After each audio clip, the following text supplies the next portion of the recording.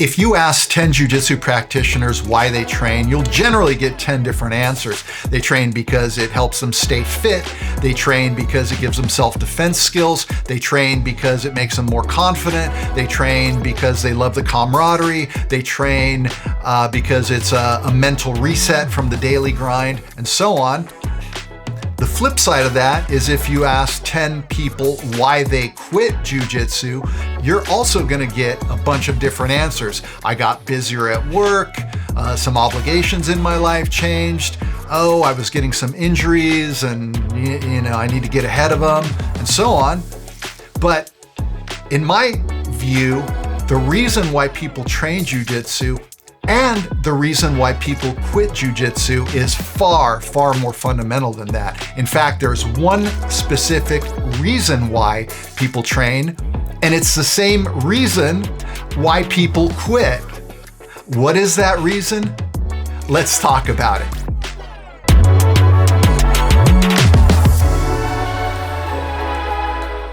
As always, I'm Rick Ellis, and if you'd like to train with me and you're in the Chicago area, I'll be teaching a seminar next month, August 2025. The best place to go to get that information would be my website, rickellis.com.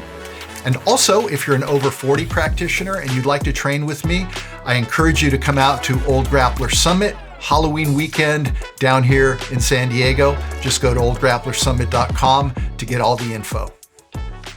So what's the one primary reason why people train jiu-jitsu? I think people train jiu-jitsu because it's fun. Super simple. It's fun. The flip side is also true. The reason why people quit jiu-jitsu is they're not having enough fun. If you think about all the things in your life that you love to do, hanging out with your friends, maybe having movie night with your spouse, all your hobbies, all the activities, the things you do, the one thing that all of those things have in common is the fact that they are fun. You do them because they're fun. And there may be other reasons too, but primarily, if those things weren't fun, you wouldn't be doing them. The same thing is true when people quit jiu-jitsu. They quit when they're not having enough fun. And what is the least fun aspect of jiu-jitsu? And it's the aspect of jiu-jitsu that really tears people up. And that is the unrealistic expectations that people place on themselves. Jiu-jitsu fundamentally is a vehicle for self-improvement. That's all it is. It's just a vehicle for your own self-improvement. It'll make you fitter. It'll make you more resilient. It'll make you stronger. It'll make you mentally tougher. It'll make you a better problem solver. It will give you self-defense skills. It'll teach you to be comfortable being uncomfortable. It will give you good friendships. It will allow you to forget about the stresses in the real world during the time you're on the mat. So it gives you all of these great benefits. But if you go train and your expectations are that you should tap them and you shouldn't be tapped by them and you should have done better than you think you should have done, then none of those positive reasons are going to matter because you're just focusing on the negatives. You have to surrender to the journey of jiu-jitsu. And surrendering to the journey of jiu-jitsu means that whatever happens on the mat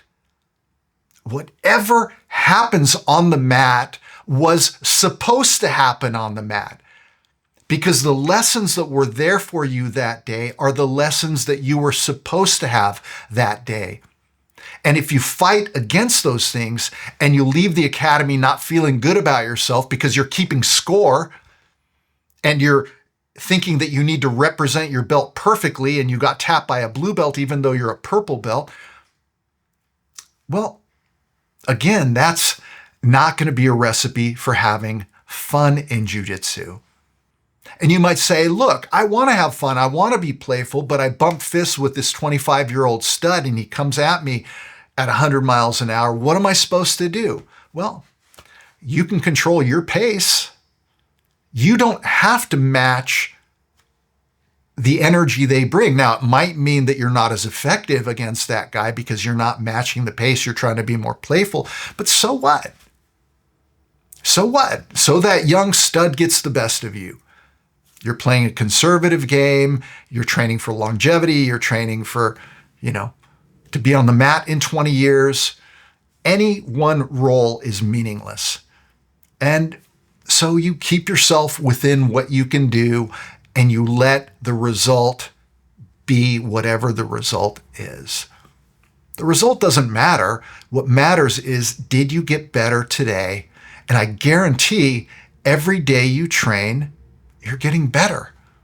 It might not feel like it because progress in jiu-jitsu is not perfectly linear. Skill acquisition is not perfectly linear. It looks more like a sine wave, and maybe the overall trend line is going up, but in any given moment, your game might not be working as well as other times. And some of that is simply because, we all train together, and in a training room, your training partners are figuring you out. They're getting better themselves. And so this, it's hard to gauge progress when everybody is progressing. It would be like trying to judge, if you're in a boat and you're trying to judge what the water level is based on looking at the other boats. Well, the water raises all the boats. You can't do that. What you have to do is look at the shore. You have to look at a fixed object. And in jiu-jitsu, that fixed object is the old you. The you that walked in on day one with no skill. And you focus your comparisons only on that guy. Only on that guy. And if you do that, I guarantee today you're a little better than you were yesterday, and you're going to leave the academy with a mindset of, I had fun. I just showed up and I had fun. I surrendered to the journey of jiu-jitsu. I'm going to let the chips fall where they fall, let the cards fall where they fall, whatever metaphor you want to use.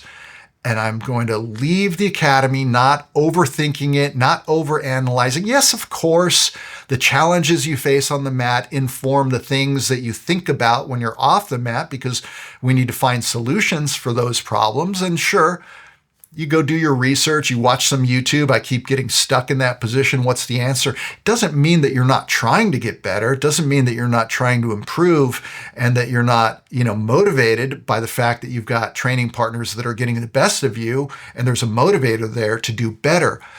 But you don't beat yourself up, because the result is what the result is. And that's it. Make jiu-jitsu about having fun. And I guarantee you're going to be able to turn it into a lifelong pursuit. I'm still training jiu-jitsu because I love it. I have fun every time I go train, even on the nights where the training was hard, the training was severe, the positional sparring sucked. Even on those nights when I leave the academy feeling beat up, feeling depleted, feeling like maybe I didn't do as well as I would have liked to have done. It doesn't matter, because overall I had more fun than I didn't. It's still fun if your mindset is right. Develop a mindset of fun above all else. Be playful. Be the kind of training partner that everybody loves to train with because you're just having fun. And if you do that, I guarantee the journey of jiu-jitsu will be immensely enjoyable. And if you can't do that, you're going to be another person in the pantheon of people that tried jiu-jitsu and didn't last very long and quit. All right, thanks for watching. I will talk to you next time.